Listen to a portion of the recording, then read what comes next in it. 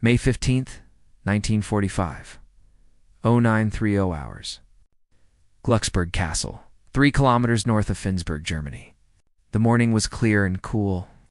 Through the castle windows, Paul Nitze could see the Finnsburg fjord in the distance. Its waters calm despite the chaos that had consumed Europe for 6 years.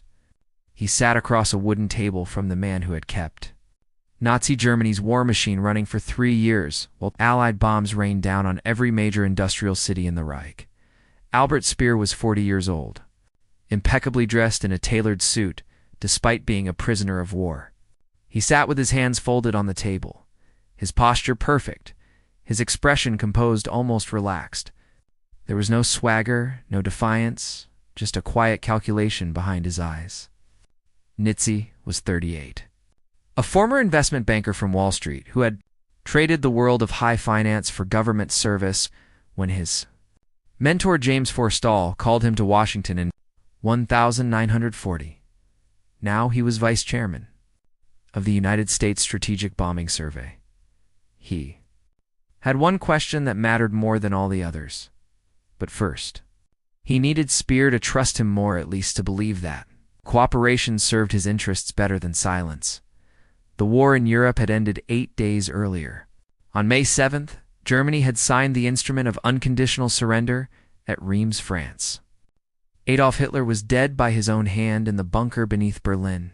While Soviet artillery pulverized the streets above, Grand Admiral Karl Dönitz, Hitler's designated successor, had formed what he optimistically called a government in Flensburg. Appointed Albert Speer, Minister of Industry and Production, and pretended Germany still existed as a sovereign nation. It did not. Germany was a corpse. The question now was what lessons the living could extract from examining that corpse before its enemies divided the remains among themselves. American forces arrived in Flensburg on May 15th. The race to interrogate Speer was over. Nitze got there first.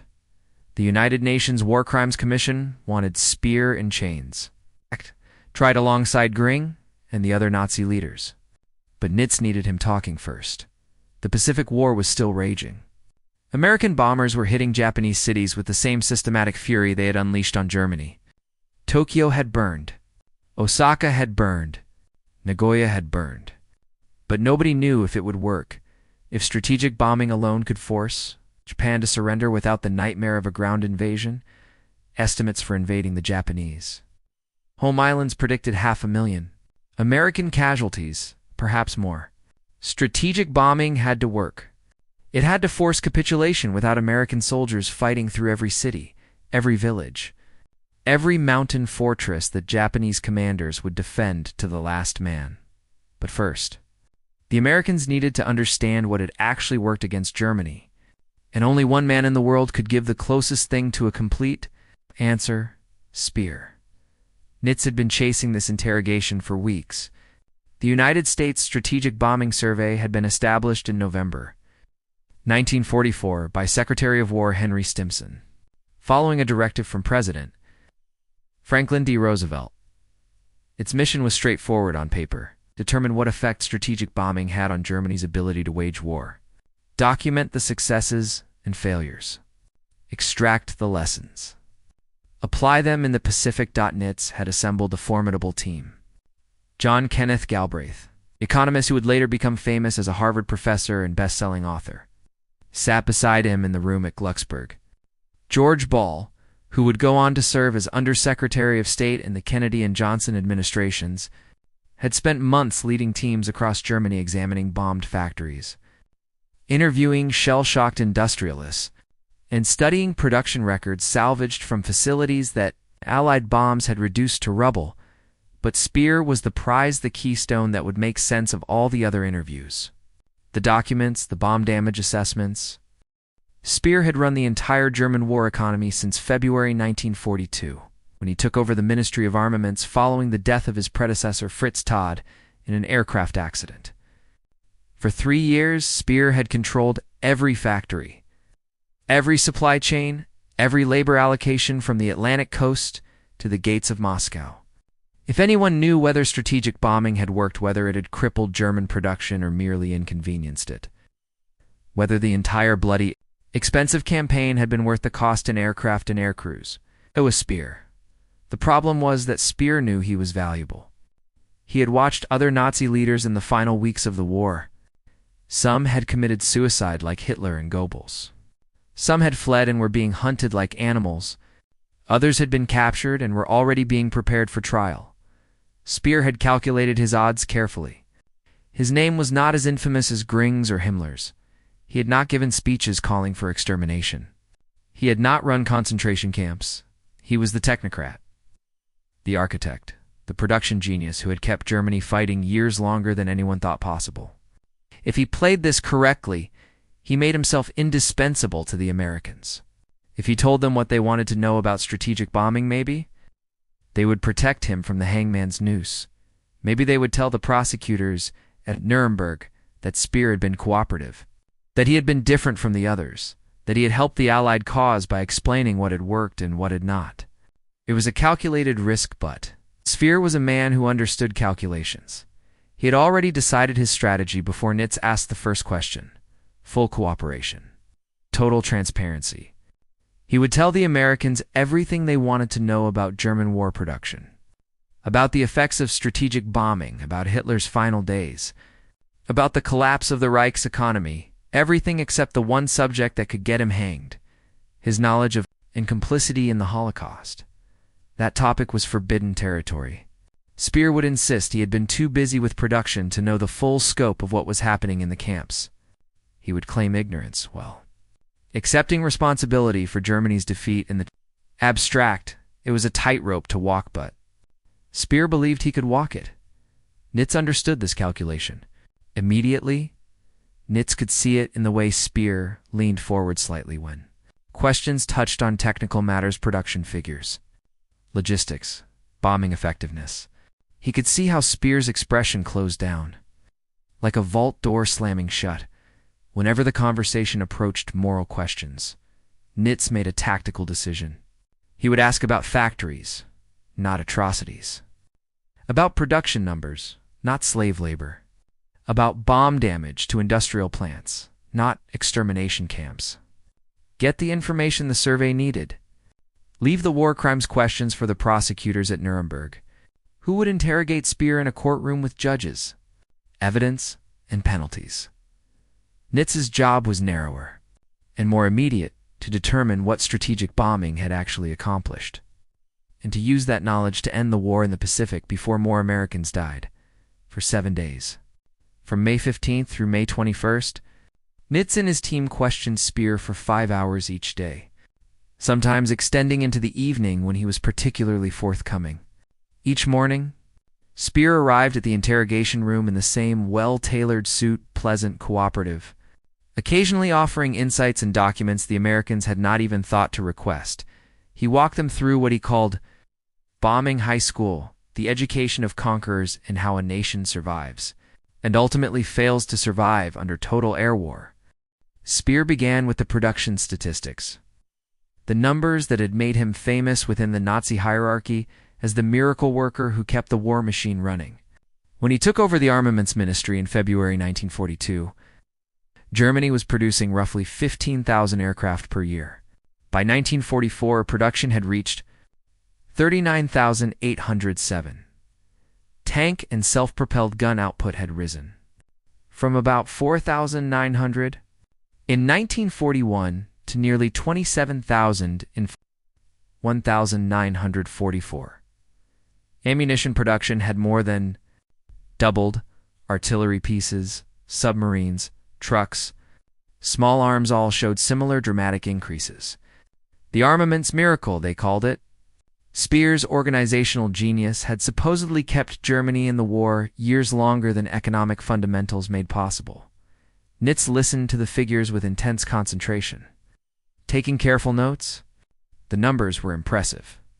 They were also confusing. Something fundamental did not add up. Nitze needed to understand the discrepancy. Germany had been undersustained. Allied bombing since May 1942 When the Royal Air Force launched its first 1,000 bomber, raid hitting Cologne with unprecedented force. American daylight precision bombing joined the campaign in August of that year, when the 8th Air Force flew its first mission against rail yards in occupied France by mid-1943. The combined bomber offensive was striking German cities and industrial facilities around the clock. RAF Bomber Command carried out night area raids designed to destroy residential districts, kill workers, and break civilian morale. The U.S. Army Air Forces flew daylight precision raids against specific industrial targets, ball-bearing plants, aircraft factories, synthetic oil refineries, rail yards, submarine pens. Tens of thousands of bombers dropped millions of tons of explosives on Germany. Cities like Hamburg and Dresden had been turned into funeral pyres. Berlin was a landscape of rubble, yet German production had tripled under Speer's leadership. How? Nitze wanted to understand the mechanism. How does an industrial economy, under systematic bombardment, increase its output by 300%? What were the Germans doing that allowed their factories to keep running despite high explosive and incendiary bombs falling on them night and day? Speer explained the defensive measures in detail, speaking like a professor lecturing his students. Dispersal of production, moving critical manufacturing to small workshops scattered across the countryside, where bombers were less likely to find them. Transfer of entire facilities underground into converted mines, railway tunnels, and caves that offered protection from air attack. Ruthless prioritization of resources, cutting civilian production to zero to free up materials and labor for the war effort.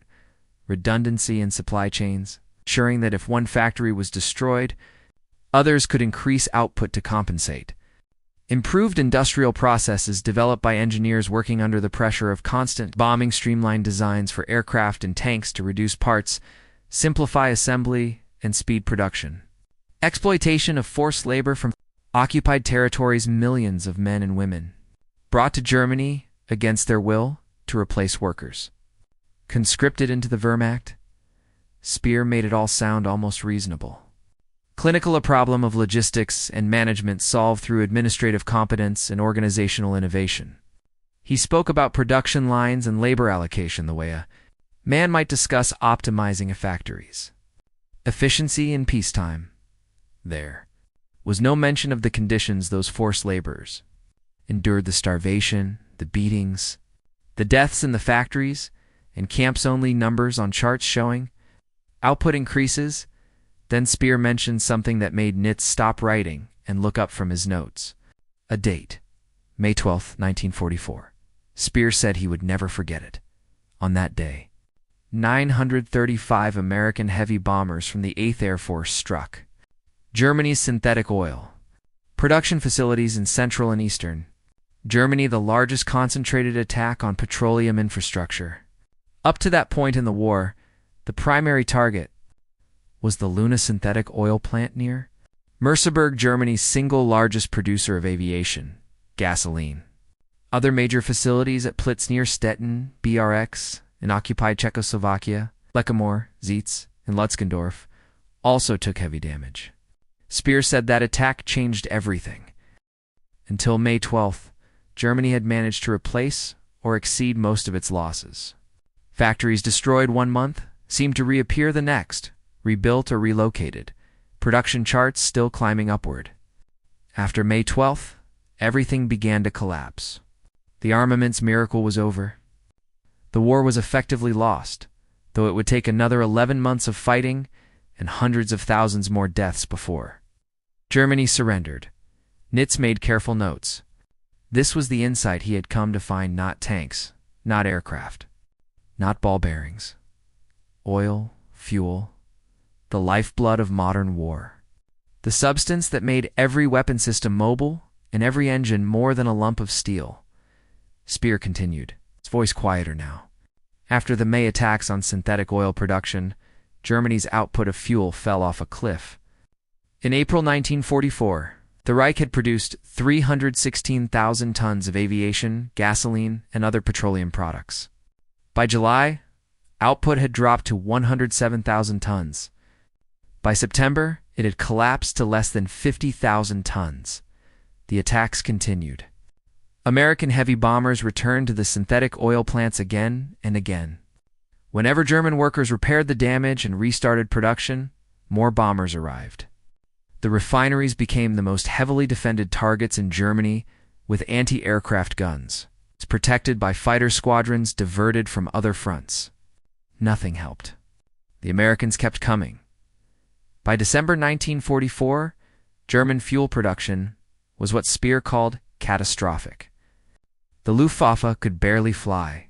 Pilot training, already reduced to dangerously low hours, was cut even further because there was not enough gasoline to keep trainers in the air. New squadrons received aircraft but sat grounded for lack of fuel. Even Germany's technological triumphs were crippled. The Me-262 jet fighter, faster than anything the Allies had, was produced in substantial numbers, but could not be deployed effectively. There was no fuel to train new pilots or sustain combat sorties. Panzer divisions could not move. Commanders were forced to choose between using their limited fuel for training exercises or saving it for combat. Most chose to save it, which meant tank crews went into battle with insufficient experience, leading to higher losses, which required more replacement crews, which demanded more training, which required more fuel that did not exist. It was a death spiral. When Germany launched its final major offensive in the West, the Battle of the Bulge, in December 1940, 4 planners allocated barely enough fuel for the attacking divisions to reach their initial objectives. There was no reserve for retreat. The tanks that broke through the Ardennes were expected to seize Allied fuel dumps to keep moving. When they failed, the offensive died where it stood. The operational plan explicitly counted on capturing Allied fuel depots to sustain the offensive beyond the first few days. When that capture failed, when American resistance proved stronger than German intelligence predicted entire, Panzer formations ran out of gasoline in the Ardennes forest and had to be abandoned by their crews. Thousands of tanks painstakingly built in dispersed factories that had survived the journey to the front, with functioning guns and trained crews, sat immobile because there was no fuel to move them. Nitze pressed for more details about other bombing targets. What about the famous raids on Schweinfurt, the city that produced most of Germany's ball bearings? American bombers had hit Schweinfurt twice in 1943, suffering devastating losses. The second raid, on October 14th, cost the 8th Air Force 60 bombers and 600 aircrew. Surely that strike, targeting such a critical component, had crippled German production? Speer smiled slightly a practiced smile. The kind a teacher might give a student who asks an obvious question. Ball bearings, he said, had never been the bottleneck the Americans believed them to be. Germany had stockpiled months of supply before the raids. When production at Schweinfurt dropped, engineers substituted simpler bearings and applications that did not require high precision. Sleeve bearings, plain bearings, anything that reduced consumption. They imported bearings from Sweden and Switzerland through supply channels that remained open despite the Allied blockade. The attacks on Schweinfurt had cost Germany some production capacity. Certainly, but they had not crippled anything. Not even close. Meanwhile, those 2 raids had cost the Americans irreplaceable heavy bombers and experienced crews. From Speer's perspective, Schweinfurt had been a net victory for Germany. What about attacks on transportation networks, the rail system that moved raw materials to factories and finished weapons to the front? Speer conceded that these strikes had become increasingly effective, particularly in the final months of the war. By February 1945, the Ruhr industrial region, Germany's manufacturing heartland, was completely isolated from its coal supplies. Panzer divisions could not reach the Eastern Front. Raw materials could not reach factories, but Speer noted that transportation attacks had only become decisive late in the war, after Germany was already losing for other reasons, primarily the fuel crisis that made movement impossible even when rail lines were intact. What about attacks on aircraft production facilities? Speer explained that aircraft production had peaked in 1944 at 39,807 planes, the highest of the entire war. How is that possible if Allied bombers were systematically attacking aircraft factories? Speer's answer was devastating in its simplicity. Factories were dispersed. Production was moved to underground facilities. Assembly was broken into smaller steps performed in workshops that were difficult to target. The Germans had become extremely efficient at building aircraft. The problem was not production, he said. The problem was fuel. You can build all the fighters you want, but if you cannot fuel them, cannot train pilots to fly them, cannot get them to operational airfields, they are useless. Germany produced thousands of aircraft in 1944 that never flew a single combat mission. They sat on airfields or in factories, abandoned for lack of fuel and trained pilots. Building an airplane took weeks. Training a pilot took months. Producing the fuel to fly them required refinery capacity that Allied bombers had. Destroyed. Nitze was beginning to see the pattern emerge. Strategic bombing had not failed.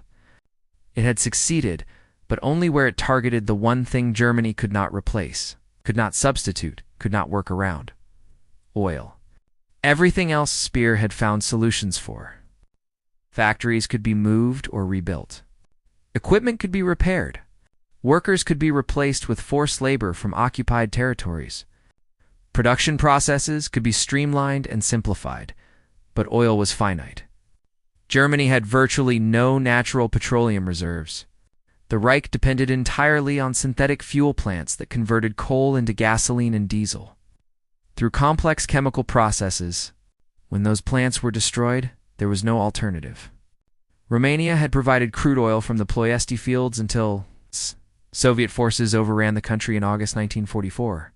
After that, Germany was running on whatever synthetic fuel its battered refineries could still produce, and that amount shrank with every bombing raid. On the afternoon of May 18th, 3 days into the interrogation, Nitze shifted topics. He asked Speer about American industrial capacity. What? German leadership understood about U.S. production capability before the war, what intelligence they had, and what they believed America could produce. This was where the conversation turned.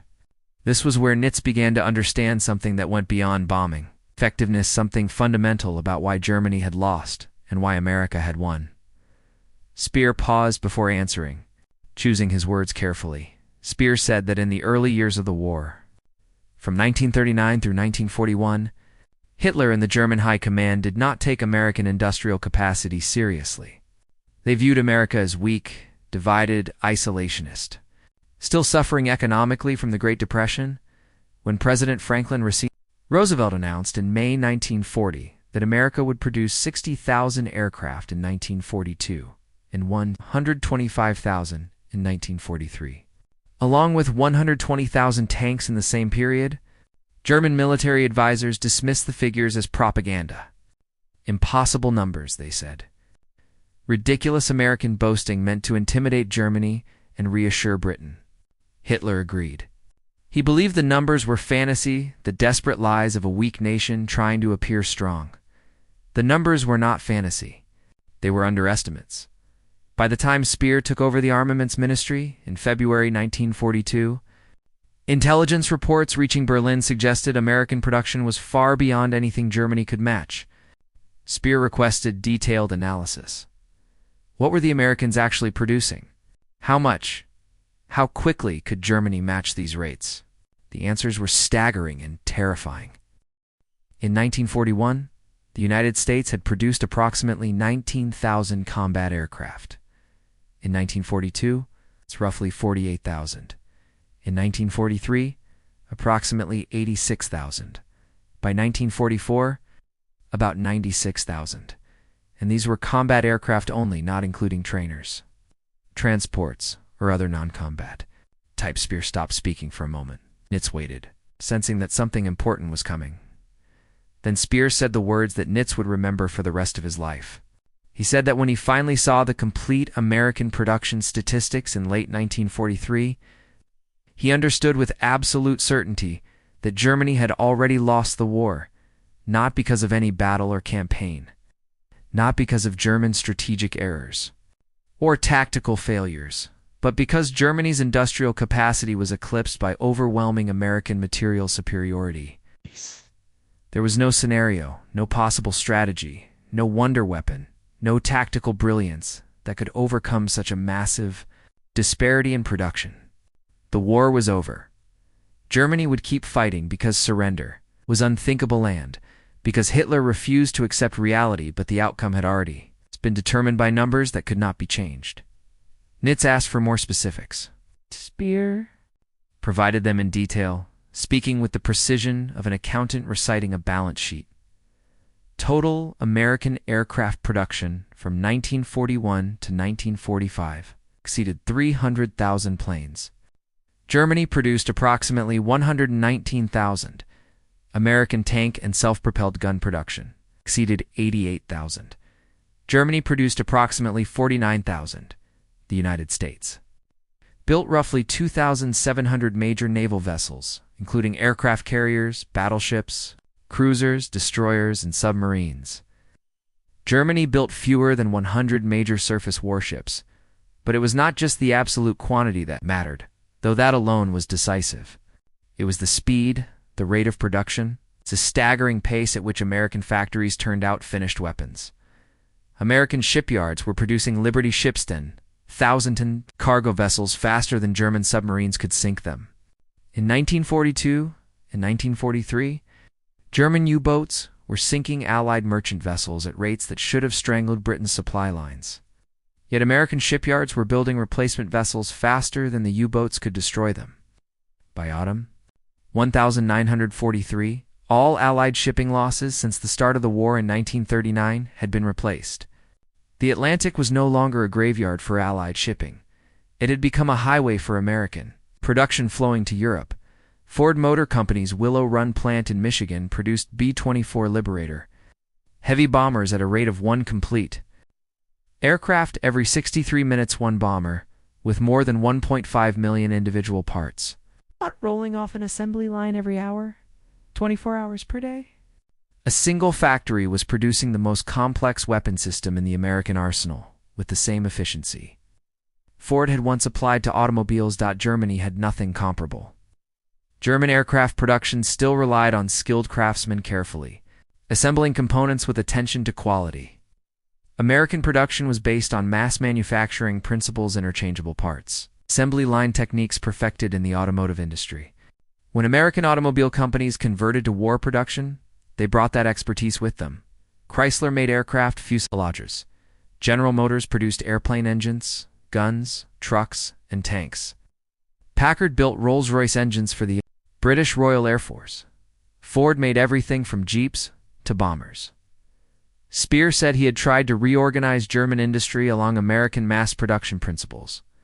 He streamlined tank and aircraft designs, reduced the number of different models being produced simultaneously, and pushed for standardization and interchangeable parts. He achieved remarkable production gains. German output tripled under his leadership, but every gain was meaningless. Germany was sprinting on a treadmill. For every increase Speer achieved, American production increased by a larger absolute number. In 1944 alone, the United States produced 96,000 aircraft. Germany's best year was 39,000. The ratio was worse than 2-to-1, and that was just aircraft. The disparity was similar or worse in every other category of military production. But there was something else, something Speer said he had not fully understood until it was too late to matter. America was not just producing weapons for itself. Under the Lend-Lease program, authorized by Congress in March 1941, American factories were supplying military equipment to Britain, Soviet Union, China, Free France, and every other nation. Fighting the Axis, American factories equipped British soldiers, fed Soviet armies, and transported Chinese forces. By 1944, American industry was producing roughly 2/3 of all Allied military equipment used in the war. Britain was a formidable industrial power, but even its production, impressive as it was, depended on American factories for the bulk of its material needs.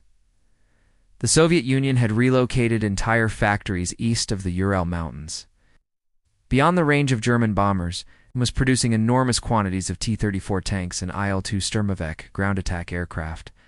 Yet American output exceeded both combined, and America was doing this while simultaneously raising an army of over 12 million men. maintaining a two-ocean navy, fighting Germany in the Atlantic and Japan in the Pacific, conducting strategic bombing campaigns in both theaters, preparing the largest amphibious invasion force in history for D-Day in Normandy, and somehow still increasing civilian consumption at home. American gross national product grew by 52% between 1939 and 1944. The war did not impoverish America, it enriched the nation. American factories produced military equipment at rates that seemed impossible. While American citizens bought more consumer goods than they had before the war started, Speer told Nitze that this was what German military intelligence had failed to understand in 1939 when assessing whether Germany should fear American entry into the war. German analysts saw American isolationism, political divisions, and lingering economic problems from the Depression, and concluded that the United States would not be a significant factor.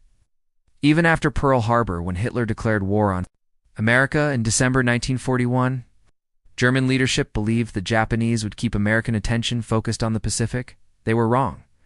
America fought a two-front global war and overwhelmed both opponents simultaneously.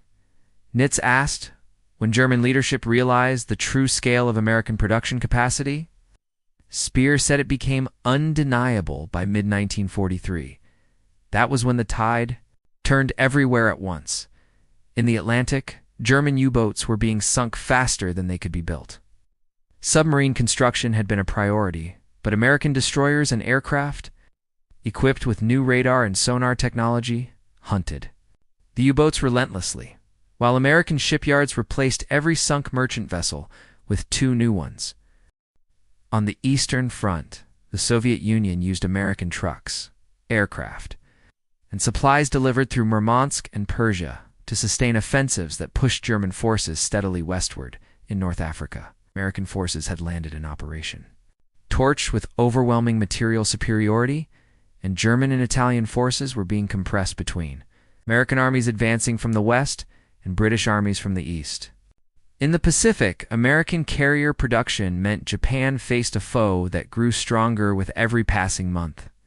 While Japan's own carrier fleet was being systematically destroyed, and over Germany, American bomber formations appeared in greater numbers every week. The 8th Air Force in England, the 15th Air Force in Italy, formations of hundreds of heavy bombers, escorted by long-range fighters, struck targets in broad daylight with increasing precision and frequency.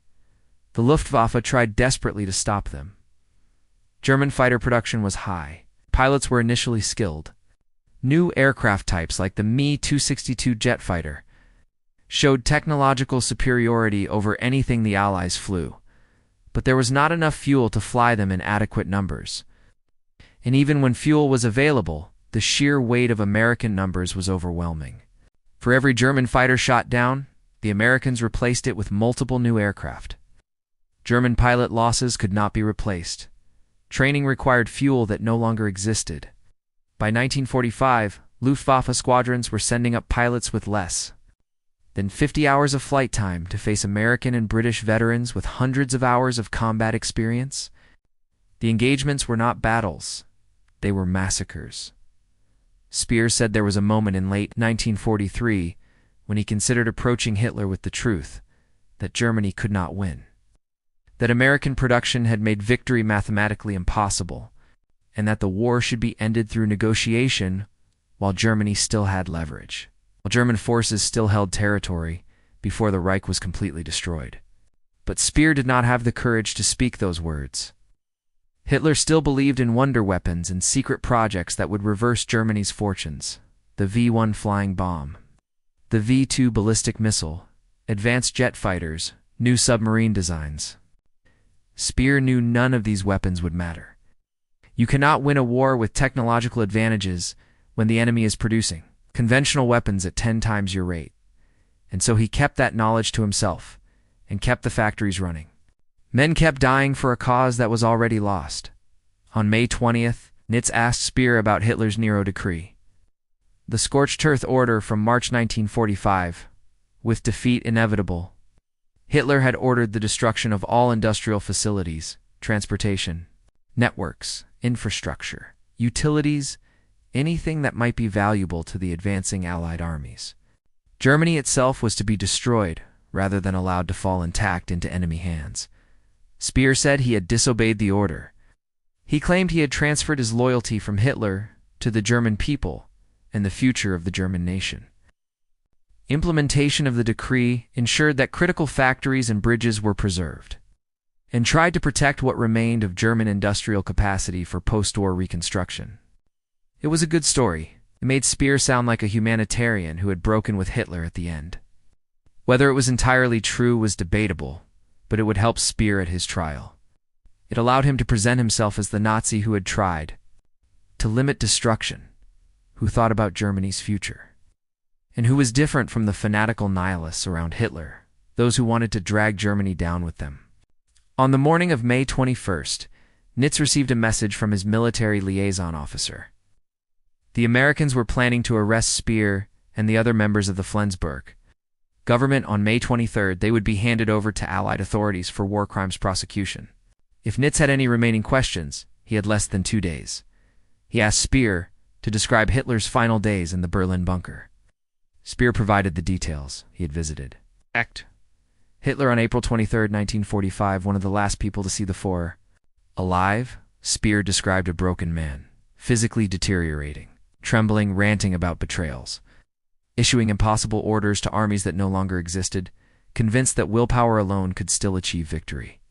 Hitler believed, to the end, that the German spirit could overcome material disadvantage, that determination, courage, and ideological conviction could defeat American bombers and Soviet tanks. Speer said it was madness. Spirit does not stop bombs. Willpower does not manufacture fuel. Determination does not build tanks. On May 23rd, exactly as predicted, British and American military police arrested Speer and the other members of the Flensburg government aboard the ship Patria during a meeting arranged under the pretense of negotiation. Tanks surrounded Glucksburg Castle. Armed troops entered Speer's quarters and informed him he was under arrest. Speer reportedly said, "So now the end has come. That is good. It was all only kind of an opera anyway." He was transferred through a series of detention facilities, eventually arriving at Nuremberg, where the International Military Tribunal would try him alongside 23 other senior Nazi leaders. Nitze and Galbraith moved on. They compiled their findings into reports. The Strategic Bombing Survey would eventually publish its conclusions in September 1945, over 200 volumes for the European theater alone. The essential findings were clear. Strategic bombing had been decisive in defeating Germany, but not in the ways pre-war air power theorists had predicted. The attacks on German civilian morale had largely failed. The Germans had endured bombing with remarkable resilience. Cities were destroyed, but factories kept producing. Workers showed up despite having their homes destroyed, despite food shortages, despite everything. The attacks on ball-bearing production, on aircraft factories, and on many of the precision targets that Allied planners thought were critical achieved only limited results. Germany had worked around those losses through dispersal, redundancy, and substitution. But the campaign against oil had worked. The systematic destruction of synthetic fuel plants from May 1944 onward had crippled the Wehrmacht. Without fuel, Germany's military effectiveness dropped by approximately 80% in the final months of the war. Speer's production miracle became meaningless. You could build tanks and aircraft, but if you could not fuel them, move them, or train operators to use them, they were just useless metal. The survey estimated that the oil campaign had shortened the war in Europe by months, saved countless Allied lives, and proven that strategic bombing could be decisive when properly targeted. Nitze took those lessons to Japan. He was reassigned to the Pacific Strategic Bombing Survey Team in July 1945. He arrived in Nagasaki in September. Shortly after the atomic bombs had been dropped on Hiroshima and Nagasaki, he walked through ruins that made Berlin look almost untouched. He examined destruction that exceeded anything conventional bombs had achieved. He interviewed survivors who described horrors no human should ever have to endure. The survey's conclusions for the Pacific theater would eventually argue that Japan had been on the verge of surrender even without the atomic bombs, primarily due to the destruction of its merchant fleet and the severance of supply lines from the resources of occupied territories.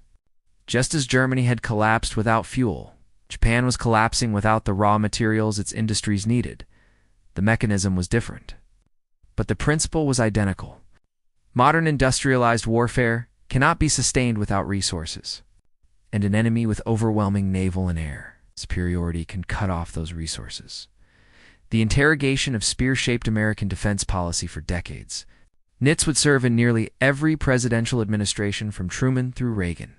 He helped design the Marshall Plan that rebuilt Western Europe, was the principal author of NSC 68, the foundational document of Cold War, containment strategy, negotiated arms-controlled treaties with the Soviet Union, and advised presidents on nuclear strategy. He spent 40 years at the highest levels of American national security decision-making. But he never forgot what Speer told him in May 1945, that modern wars between industrial powers are ultimately won by the side with greater productive capacity. That material superiority, when sufficiently overwhelming, determines outcomes more reliably than strategy, tactics, or courage. And that America's ability to outproduce any rival was its greatest strategic advantage. Albert Speer was convicted at Nuremberg of war crimes and crimes against humanity, primarily for his use of slave labor in armaments factories. He was sentenced to 20 years imprisonment at Spandau prison. The tribunal noted his efforts to sabotage Hitler's scorched earth decree and acknowledged that Speer had been one of the few Nazi leaders to accept personal responsibility for the regime's actions, though that responsibility was carefully limited to avoid admitting knowledge of the Holocaust. He served his full sentence without parole and was released on October 1, 1966. He published 2 memoirs that became international bestsellers, maintaining his carefully constructed image as the apolitical technocrat who had been seduced by Hitler's charisma but had remained fundamentally decent. This narrative, known as the Speer myth, dominated his historiography for decades. Only in the 1980s and 90s, when historians gained access to documents Speer had hidden, did the full truth emerge. He had extensive knowledge of the Holocaust. He personally expanded Auschwitz. He knew exactly what was happening to Jewish workers in his factories. His entire post-war story was a carefully constructed lie designed to evade the death penalty and rehabilitate his reputation. But in May 1945, Nitze did not know this. He knew only that Speer had provided the information the Strategic Bombing Survey needed. Speer died in London on September 1, 1981, at age 76, while visiting the United Kingdom. His death prompted obituaries, describing him as the good Nazi, the one who accepted responsibility, the architect who became a reluctant war criminal. These obituaries infuriated Holocaust survivors and historians who knew the truth. Nitze died on October 19, 2004. At age 97, his obituary in the New York Times described him as one of the architects of American Cold War strategy, a man who helped shape 50 years of foreign policy. It mentioned the strategic bombing survey in a single paragraph and did not highlight what Speer had told him about American production eclipsing German capacity. The strategic bombing survey reports remain in archives, studied occasionally by military historians and defense analysts. The findings on oil targeting influenced air campaign planning in subsequent wars.